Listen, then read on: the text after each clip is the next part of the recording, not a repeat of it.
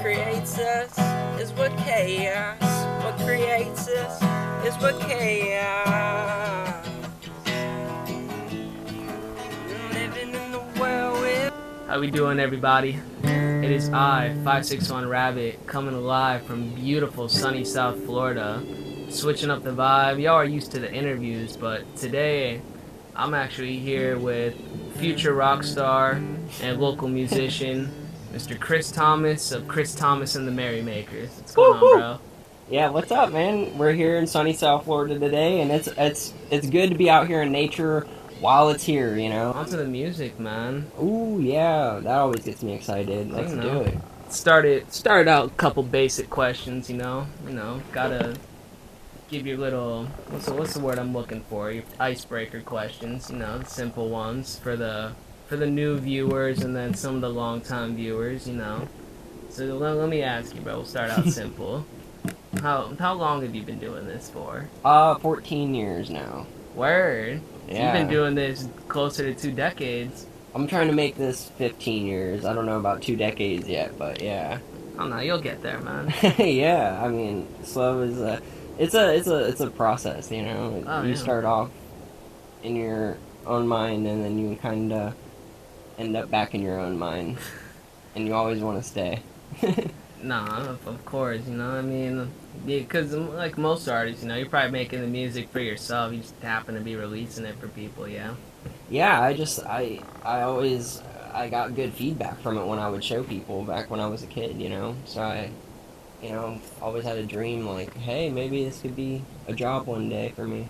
Were you always on guitar, or? Yeah, that's how I started. I started writing songs on guitar, and then I kind of ended up liking singing too.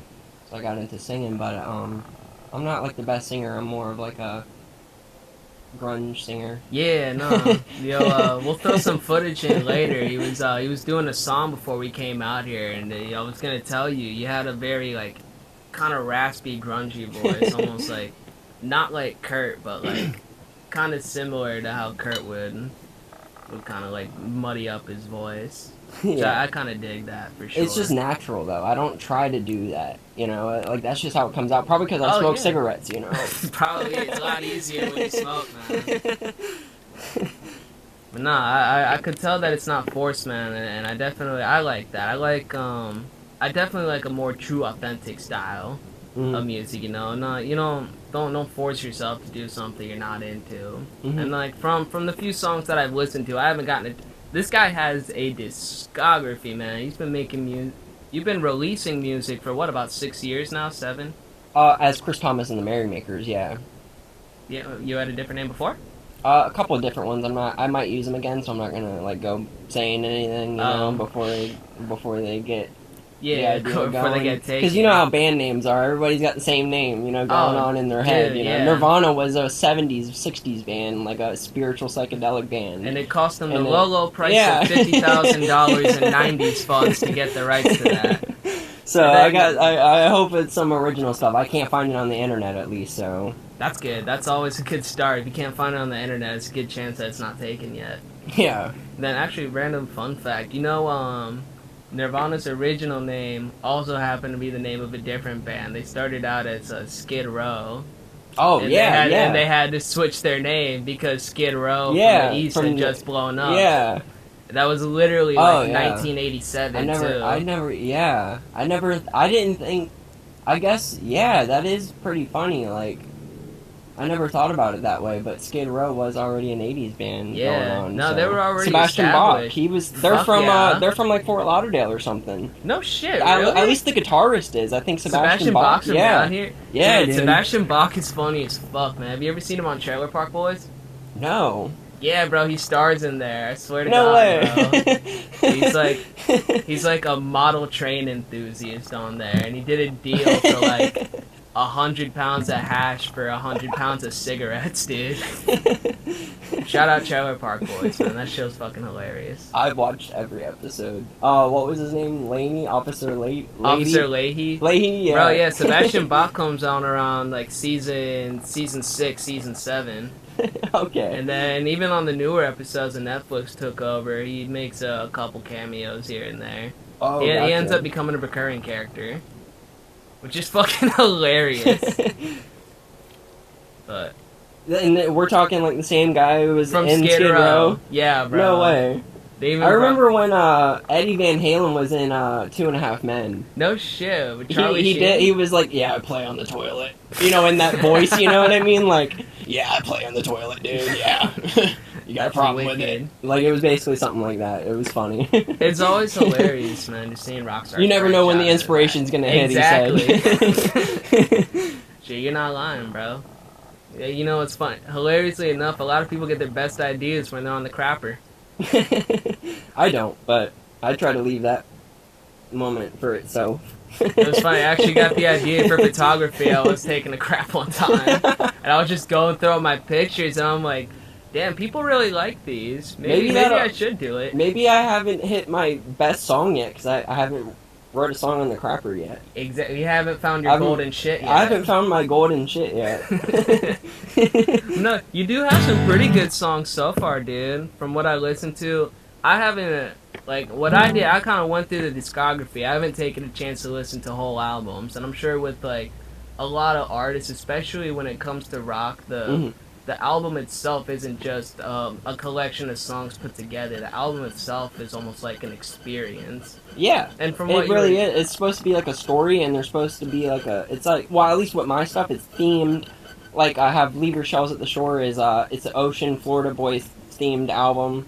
There's not a lot of country on it, even though I wish there was. But Undertow's a little bit twangy in there, you know. So I like that one. But you know, Devilish as I Should is like a rock album, you know. It's just about like grunge and just being like as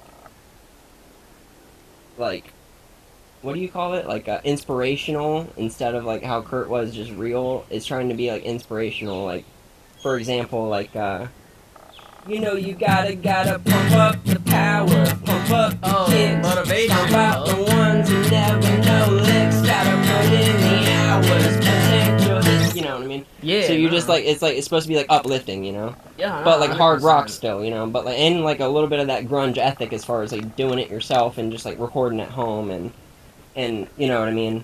I don't know what you can call it, and maybe it's different from grunge because it's a little bit. It's not like it's polished, you know. Almost. If you know what genre this is, it's indie. Leave a comment down below. It's Americana indie. There you go. Too late. You lost the chance. You know, that's one thing. Americana and folk, they haven't been popular since like the 60s. No, man, and just it hasn't gotten to the mainstream since like the 60s. On a random side note, and that's kind of funny enough, that's kind of when American Pride started kind of going downhill. Was in the late 60s and the 70s when they first started outsourcing everything. Yeah, and the British invasion started happening, and is that what you're talking about, or? I was talking about the 1960s. What? Yeah, but like the British invasion happened in the 1960s.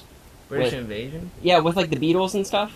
Oh, yeah, you know what I mean? Like, yeah, you were saying outsourcing and stuff. Like, yeah, they were like people were like listening to bands like the Monkees and all these other like. Yeah, so you have music going international, and then at the same time, the American economy was starting to falter a little bit, so that kind of brought in a decline of American Pride, and then really it kind of over the years, I feel like it's transferred to if you want to listen to American music, you listen to country music, in a sense, which is kind of a pitiful stereotype or cliche or what have you, because there's so much more to it, especially as you said, like folk singing, which is honestly really falling out. I can't think of, aside from you, I can't think of any like folk singers from our generation. Yeah, I mean, there's one guy I've been following, and but he's even getting a little bit more like polished as far as like his recordings.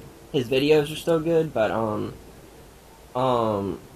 his name's Jesse Wells. I don't know if you've heard of him, but Rings a bell. Yeah, he's been around for a while now. He's a little bit older. He's like he's probably a little bit older than me. I'm 26. He's probably like in his early 30s, you know, maybe late 20s.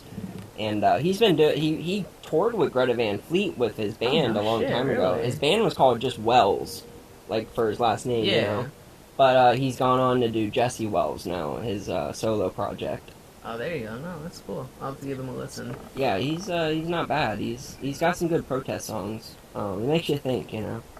So I think I've we got off listened on a to. tangent. Yeah, no, it's a rock interview. Man. It's That's just good, how it dude. goes. It's been going good. Especially like I love I grew up watching a lot of Nirvana interviews, man, and it was always, I mean, they'd answer the questions, but they'd always go off on random tangents like Oh yeah, like like random, like meat and potatoes of the music. You know, I remember them saying something like that. Or like, talking about okay, I understand now. That's how you did it. Exactly. Because people would ask them like, how did you end up doing this or that? You know, and they'd be like, I don't know. You know, Yeah. like I just kind of was at the right place in the right time is what it ends up happening. You know. Honestly, I feel like that's all of music. You know, it's just like that moment hits you, and you just gotta capture it. So last night was a magic moment for me. Yeah. I'll just like a tangent here. I'll just like share this. I played I Won't Back Down.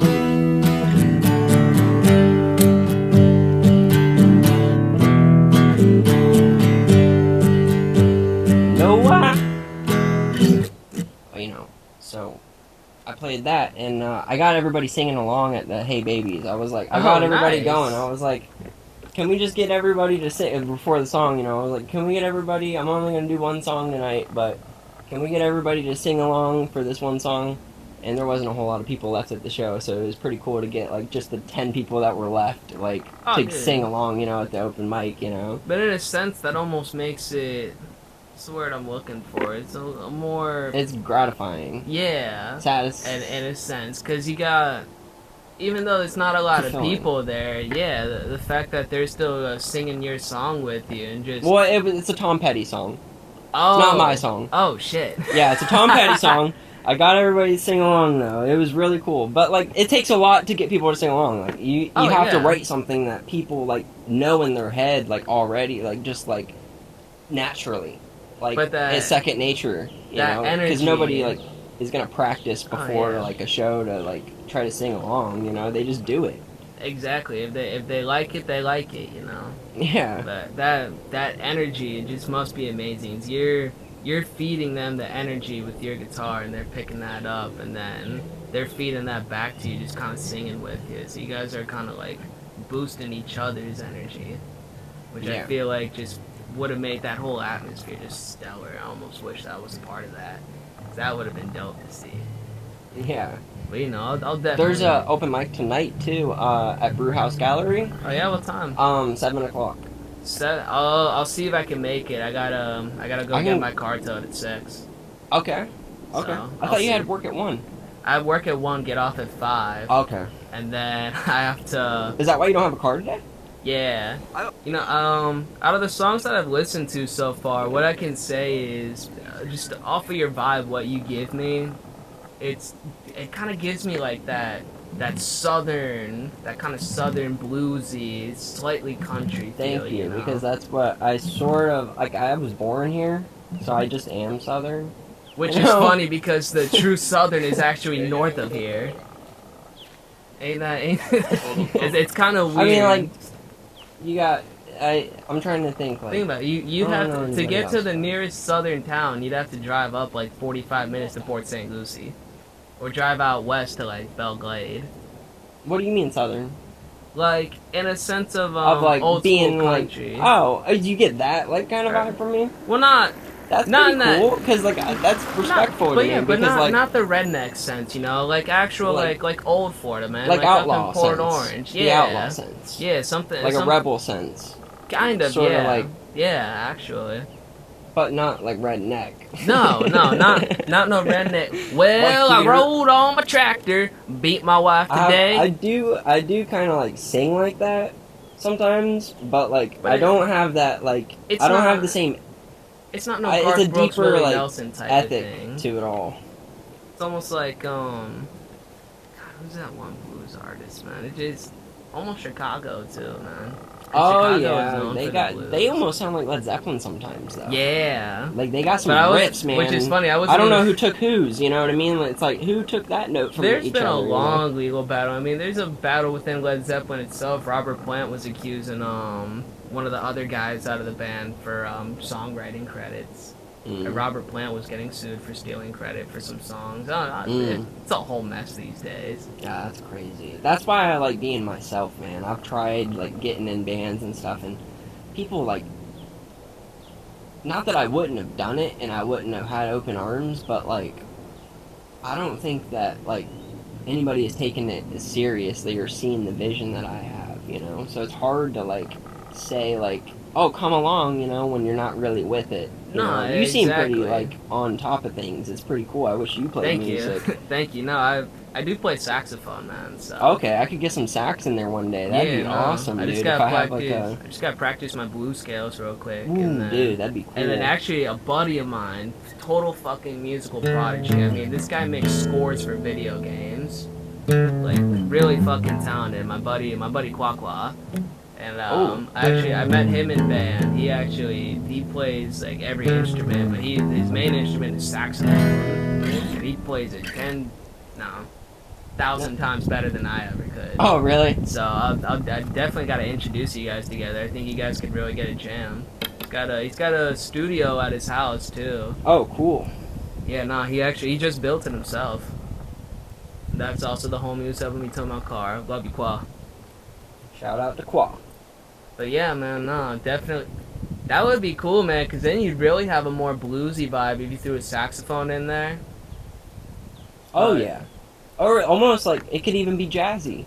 Yeah, oh, you know, dude. Just anything. Like, if you that say would just jazz, be it's over. interesting. I wonder what would happen out of that. Trumpet, a whole, like, back section, like, different... Oh, that's the thing. Horn I play sections, trumpet too, man. We could really? We could always. What about the fiddle? Shit, I wish. My buddy does though. No. Yeah, dude. No when way. I tell you he plays everything, he has a freaking viola. We got it. Okay, that's cool, dude. No, Is that the big one? No, the that's the cello. The viola is like a smaller violin. Okay, smaller violin. And it's not in treble clef either. It's in alto clef. Oh, that's good with my voice. Yeah? I think so, because I'm like staccato, you know? I kind of like... Yeah, no. I'm like deep and guttural, but like there's like a pitch to it, you know? Yeah. And I think it's like in that higher brass range. We'll ask him for sure. And that mid brass range, I mean, you know what I mean? Oh, it's not like high, yeah. It's not in the treble range, and it's not like in the bass range either, but it's like mid, you know? Yeah, no, exactly. My voice is right in the middle. Especially for a guy, you know, our voices don't go up that high. I mean, yeah. There hasn't been a male soprano in like 120 years or something like that. So, the last one died out at the turn of the 20th century. Really? Yeah. But crazy enough, they actually, because audio recording was just coming out at the time, so there's only one recording in human history of a male soprano, but they did get it before he died. Wow. And it's actually pretty intense, man. But back to your vibe, though. I was saying, and then that's another life to think about, like being a soprano singer. Oh, no, back to what I was saying. So people always like, I feel like things are never enough for anybody, you know? Or for everybody, you know? Yeah, no. Doing a camera check real quick. I just want to make sure it's not dead. Play me a tune. Give me an intermission tune.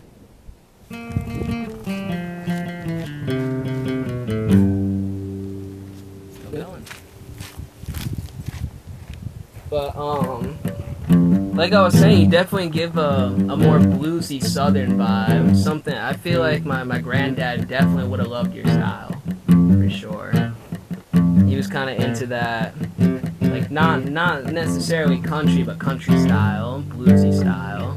It's almost, and it's kind of a shame that you can call what your style of music is old school, because it's a shame that that's how far blues has fallen out. Or country, it's almost...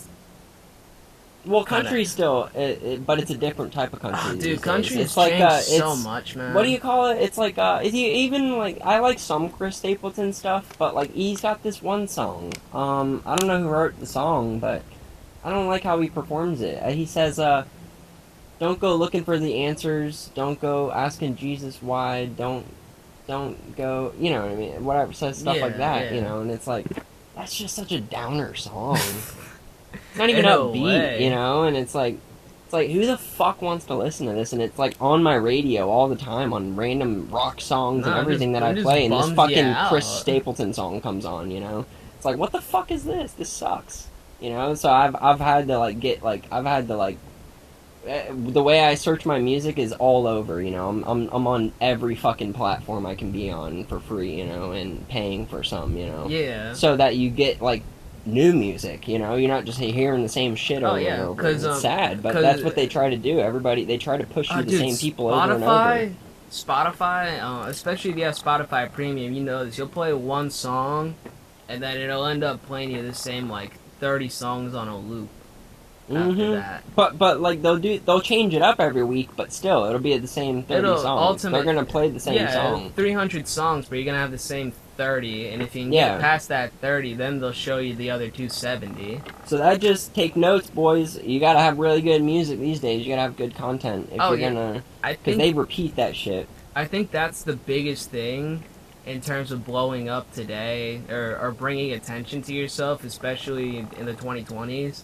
It's all about releasing content, posting on like TikTok, Instagram, YouTube Shorts, just getting all sorts of random content out there, is still hoping that it hits algorithm. Yeah. Again, you gotta have the right hashtags, you gotta have the right vibe, and especially when it comes to the right hashtags, you know, you gotta know what you're hashtagging so it can hit your target audience. Like, you're not gonna put hashtag rap, you know, because that's... No, it's not gonna hit at all. It's gonna, all the rap fans are gonna be like, "What the fuck is this?" Yeah, exactly. So you got to do it right. Yeah, you have to do some research. Or on the rock sense, you can't put it in hashtag metal, you know. No, I can't even do metal because like I'm doing acoustic half the time. Yeah, you know? Exactly. They're gonna be, "What the fuck is this?"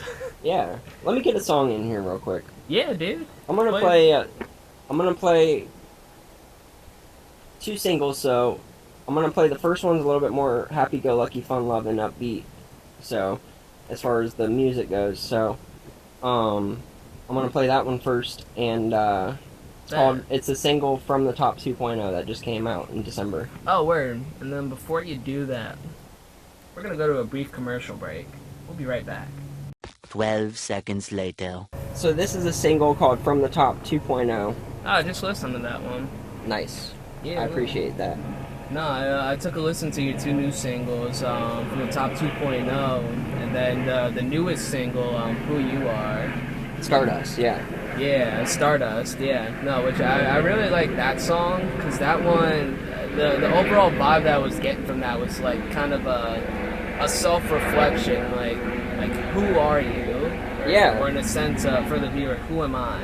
Mm-hmm. You know, yeah, and I even say that in the song. Yeah, as that's like your main it's supposed to be chorus. like you like asking yourself, like, you know, like you have to be self-conscious. Yeah, and you can't be too self-conscious about things because you can have problems. I always have had anxiety and stuff like that from it, but like you gotta be conscious of like what you do and who you are and how you present yourself and stuff.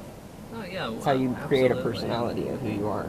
Yeah, absolutely. You can't be scared to be yourself, and at that same time, like you don't need to be perfect, you know. And especially as an artist, as a photographer, editor, we strive for perfection. Like I can tell, especially with your music and what you were telling me. Like I can tell you're definitely a perfectionist. You really want to capture the image that you have in your head, and you're not going to settle for anything less. Yeah. Which is a very vague image, but it's still a bigger picture. Oh yeah, it's just hard to see it because it's so big. It all just starts with an idea, you know. So here we go. All right. From the top. Let's hear it. Coming the ship, coming around.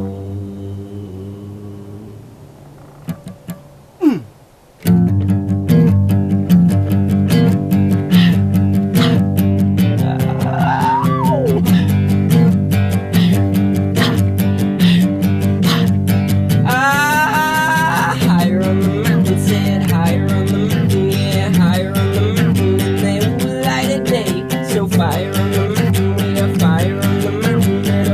on the mountain,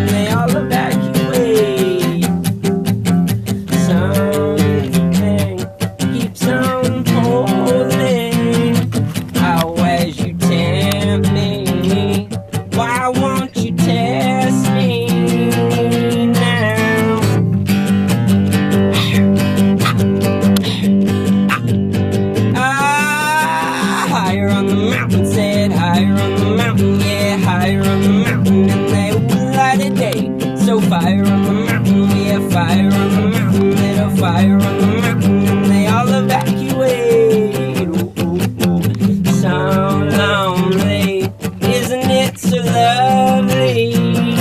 Oh yes, I'd love to meet. It's just only now. Night in the night, you really want my love. You really want my time. You really want my trust. Lately, little tried, I little tried, but I said.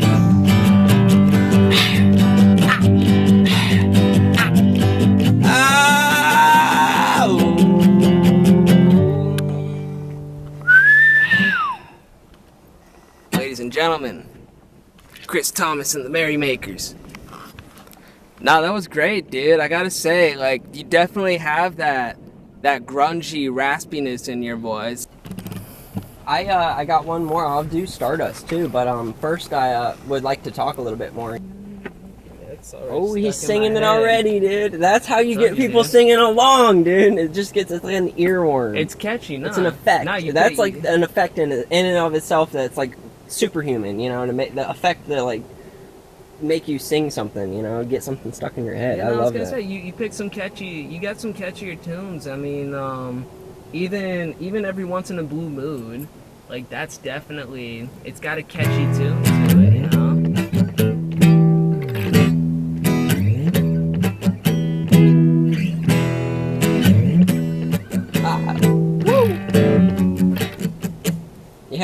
Yeah, that's everyone. The Sun and Moon is what it's going to be called when I release it again. Yeah, you were telling me that's one of your oldest songs. You've just kind of been tweaking and perfecting it for over 10 years now. Yeah, I've been writing that riff and had that riff and then just writing the song, you know. I had the chorus for a while and it's really turned into a lot. So that's one of your first songs, huh?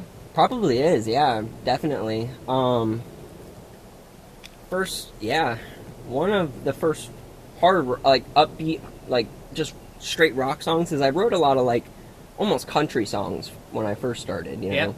They were just natural. It was just what came to me. It was like Americana, you know? Exactly, man. Kind of like Finding My Way was my very first song. I don't know if you heard it on the Road album, but I did not. That's my latest album I recorded back in 2023. I recorded that at home, at my apartment. Oh, nice. No, another one with the catchy chord. It's called "I'm on My Way," right? I'm on my way. Yeah. What about that song? That one has a catchy chorus as well. Actually, oh, like I'm on my way. I'm on my way. Yeah, I was listening to that. I was doing the dishes, and I found myself almost kind of like humming along to it. Hell yeah, dude. That sounds good, dude. I like that. So yeah, no, dude. Keep up what you're doing, bro. Because you definitely have a catchy vibe to it. It's just, especially down in South Florida, man, you just gotta find your audience, bro. Yeah. And I feel like South Florida is probably like the best scene for the underground right now. And not just for underground rock, underground rap. There's underground of everything, because there's so many different subgenres of rock and rap, even jazz down here. Yeah. And like everyone has there's a lot of blues. There's a big blues community too. Like they just do blues jams. Really? Like at venues and stuff. Well, like you just bring your guitar and they'll have a drummer there and a bass player and wicked. you bring your instrument and you play along, and everybody just kind of everybody ends up on stage playing at some point, That's wicked. So what, you guys just kind of like jamming? I've never done them. I've never been to one, but I've been invited to a lot of them. Oh, I just don't believe in me being good enough to play. I'm not like a lead guitarist, Dude, who cares, man? You go out there, bro. Put yourself out there. That's how you get discovered, man. Yeah. Because, you're definitely a great guitarist, bro. And I'm a rhythm guitarist. Yeah, I was going to say that, no. You're a great rhythm guitarist. I mean, you're a great guitarist in general, dude. I feel like people definitely eat what you feed them. Well, I appreciate that. Hell yeah. That's a big feat. And then... let me see a couple more questions.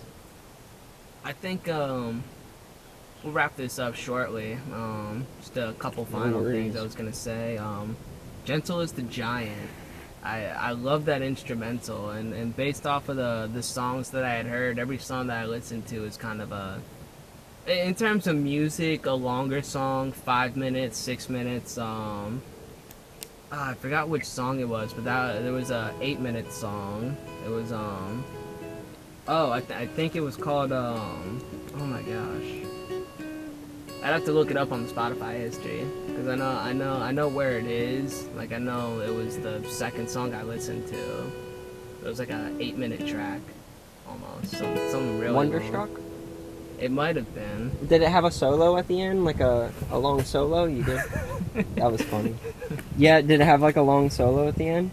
Yeah. Like a just guitar at the end? Yeah. And yeah. and there was no drums in the whole song, No, right? no. It was Yeah, that's literally just Wonderstruck. Yeah. Yeah, that's a good song. Yeah, that's that goes like this. That was the one. That was the one.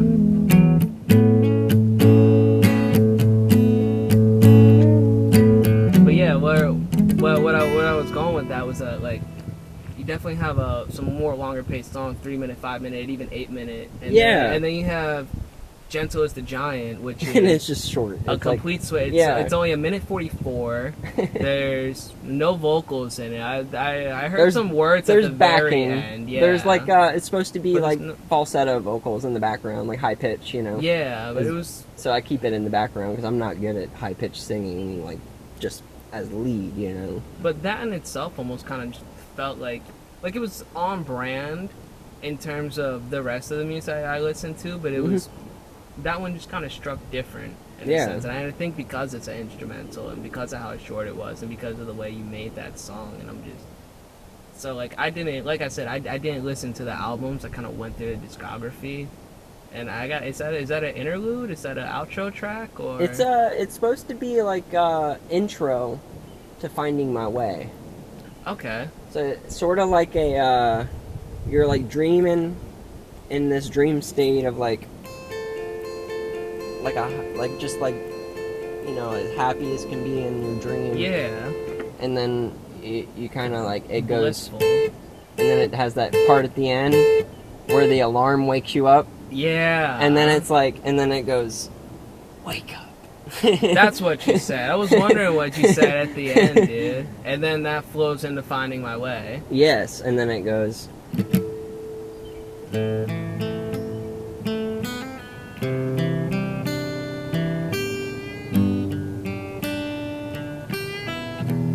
Oh, so Gentle as the Giant was the dream. Finding My Way, you've woken back up to the reality of things. Yes, exactly. See, I let the music let you come up with an answer. I love that. Oh, that's awesome. Open for interpretation. Because I didn't really know what to say, but like you just said exactly what I wanted to say. Like it's like you go from a dream, and then you have your alarm set. The guitar has the alarm, and then sound, and then like you wake up, and your reality is like they come around like the gray. I'll take that as a compliment as the listener that I interpreted it correctly. Yeah. I mean, in a good way, at least a good way to think about it. Well, no, great music. And then, like I said, I saw you released a couple of singles. You dropped From the Top 2.0 late December. Yeah. You dropped Stardust very January. recently. Yeah, like I think literally a month ago today. Early January. Thought Yeah. No, it's been over a month now. Oh no, sorry. Yeah. 2 months ago today you dropped From the Top, because I saw Yeah. that said December 27th. Yeah, you're right. Yeah, 2 months ago. Yeah, from today. Yeah. And then now you know what day we're recording this. And and then Stardust, I saw it said January 25, but yeah, the date I got that mixed up. But anyway, so I see you got a couple recent singles that you're dropping again. I see you're starting to make music again. I know you told me that you took a little break, so. For last year, yeah, 2024 was slow with music. Had a lot doing. So I guess the biggest question to ask for the longtime listeners, new listeners, my listeners, what can we expect from Chris Thomas and the Merrymakers this year in the Big 25? Ooh, yes, I have a big album coming up, and Really? Be on the lookout for if you live in West Palm Beach, because I'm trying to get shows, live shows. So I've been in contact with a couple people, and they might have some sets for me. They're long sets, so I'm gonna have to really practiced for a long time, but yeah, things are going. So new album's gonna be coming out. New single by April. Yeah. I don't know which song I'm gonna choose yet, but I have a couple songs recorded that I like, and they're like from the top 2.0. Anything you'd like to demo right now? Oh, well, Hit us with the unreleased. all right, we'll do Burnt Cherry 7s. Okay. This will probably not be a single, but it will be on the album. All right.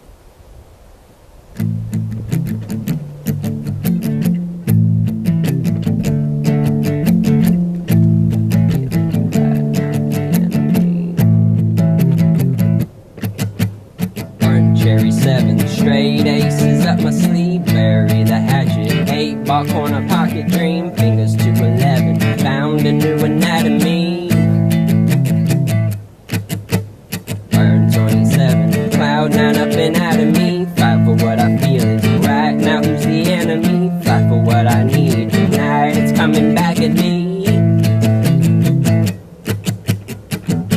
And even when the power fails, can you take the hurts available?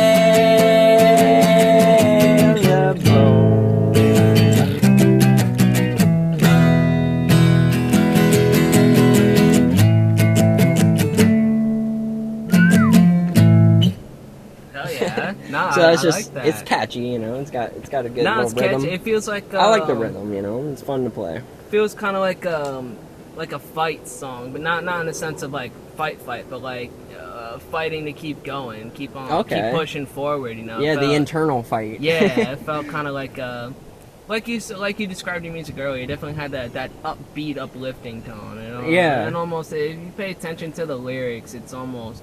It's also like a about motiv- just getting lucky and trying to be at the right place in the right time. Yeah. Burnt Cherry 7s, you know, like think about it in the gambling terms, like Oh. triple sevens, you know, Yeah, that's like your you lucky won the numbers. jackpot, dude. It's your numbers. Cherry. For me, my favorite Cherry. number is 8, but Oh hell you yeah. know, I don't know. What's But, Dale Jr.'s number? yeah, hell yeah, dude. Hell yeah. Rest in peace, Dale Earnhardt Sr. Yeah, that was Senior's number too. 3, he was 3 for the When he longest was, time, though, I think, that I remember. Yeah, so he Was he 8 at one point? when he was still racing underground before he got picked up by NASCAR, yeah, he was. Oh. Because that was his dad's number, Ralph Earnhardt, Oh, I and that's didn't know why that. Dale Jr. had the number 8 because he wanted to drive his granddad's number. Oh, that's So awesome. the 8 is a little sentimental to the Earnhardt family, Yeah. and 3 now, of course. But so yeah, so you said you got the album coming out this year. You have a target date for that album release? Not for the album. It's just gonna be by the end of the year, before the end of the year, hopefully. Okay. But as far as like the single, by April, another single by April, Perfect. hopefully, Yeah. you know. All right, y'all. Thanks for tuning in to a special Channel 3 interview. I'm 561 Rabbit here with Chris Thomas of Chris Thomas and the Merrymakers. And be on the lookout for that new single coming out in April. Appreciate your time, bro. Thank you. Thank you.